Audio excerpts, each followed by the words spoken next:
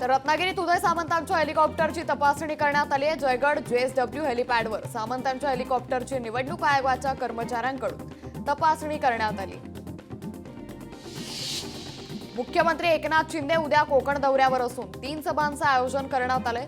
दापोलीतील सभेत आदित्य ठाकरेंनी केलेल्या टीकेला मुख्यमंत्री एकनाथ शिंदे काय उत्तर देणार याकडे लक्ष आहे। राज्यात सरकार महाविकास आघाडीचंच येणार, निकालानंतर कळेल कोण किती पाण्यात आहे, खासदार संजय राऊत यांनी विश्वास व्यक्त केला आहे। अक्कलकोट विधानसभा मतदारसंघातील विकासाच्या कामावरून भाजप आणि काँग्रेस यांच्यात घमासान पाहायला मिळतंय। काँग्रेस खासदार प्रणिती शिंदे यांनी केलेल्या टीकेला अक्कलकोट भाजप उमेदवार आमदार सचिन कल्याण शेट्टी यांनी जोरदार प्रत्युत्तर दिलंय। देवेंद्र फडणवीस गोंधळलेलं व्यक्तिमत्व आहे। 2.5 वर्षांपूर्वी फौजदाराचा शिपाई झाल्यामुळे त्यांना वैफल्य आलं। खासदार संजय राऊतांनी देवेंद्र फडणवीसांवर टीका केली आहे। आम्ही पूर्ण बहुमतानं महायुतीचं सरकार बनवणार, आमची लढाई बेईमानी विरोधात असून बेईमानी करणाऱ्यांना उत्तर देणारच, देवेंद्र फडणवीसांनी हे विधान केलंय। देवेंद्र फडणवीसांच्या आज पुण्यात 2 सभा होणार आहेत। कसबा आणि खडकवासला मतदारसंघात फडणवीसांच्या 2 सभा होणार आहेत। कसब्यात हेमंत रासने आणि खडकवासल्यामध्ये भीमराव तापकीर यांच्यासाठी या सभा होणार आहेत। शिवसेनेचा बालेकिल्ला म्हणून ओळखल्या जाणाऱ्या पैठण विधानसभा मतदारसंघात यंदा पहिल्यांदाच 2 शिवसेनेत अटीतटीचा सामना होतोय। संदीपान भुमरे यांचे पुत्र विलास भुमरे शिवसेनेकडून रिंगणात आहेत, तर ठाकरेंच्या शिवसेनेकडून दत्ता गोरडे यांना उमेदवारी देण्यात आली। चंद्रपूर आणि गडचिरोली जिल्ह्यातील मतदारसंघासाठी राज्याचे विरोधी पक्षनेते विजय वडेट्टीवार यांनी जोरदार मोर्चे बांधणी केली आहे। चिमूरमध्ये 16 नोव्हेंबरला राहुल गांधी, तर वडसा इथे 17 नोव्हेंबर रोजी प्रियंका गांधी यांची सभा होणार आहे। इगतपुरीच्या घोटी इथे आज अजित पवारांची सभा होणार आहे। हिरामण खोसकरांच्या प्रचारासाठी या सभेचं आयोजन करण्यात आलंय। घोटी शहरात प्रचार रॅलीचंही आयोजन करण्यात आलंय।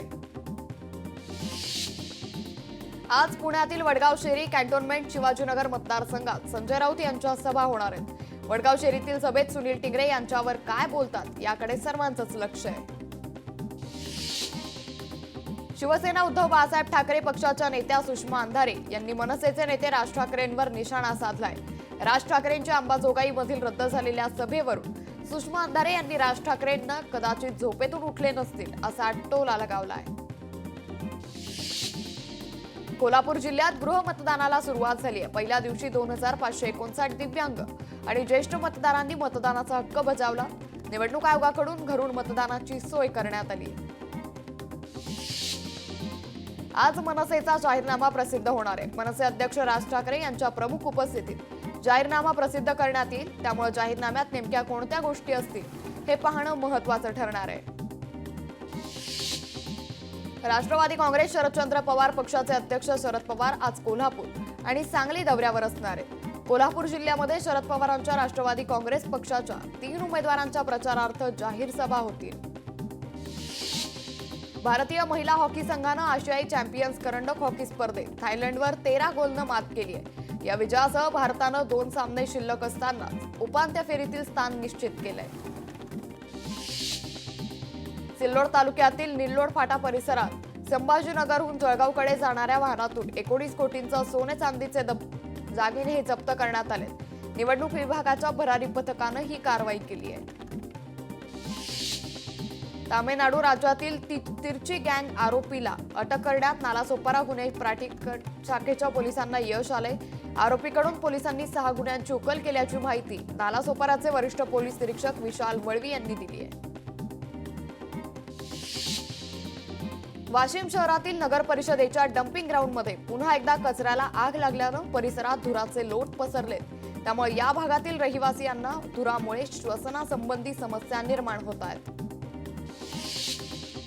भंडारा जिल्ह्यातील तुमसर तिरोडी रेल्वे लाईन अंतर्गत येत असणाऱ्या पवनार-खारी ते गोबरवाहीच्या मधात रेल्वेची आणि वाघाची जोरदार धडक झाली। यात वाघाचा एक पाय आणि शेपूट तुटले गेले।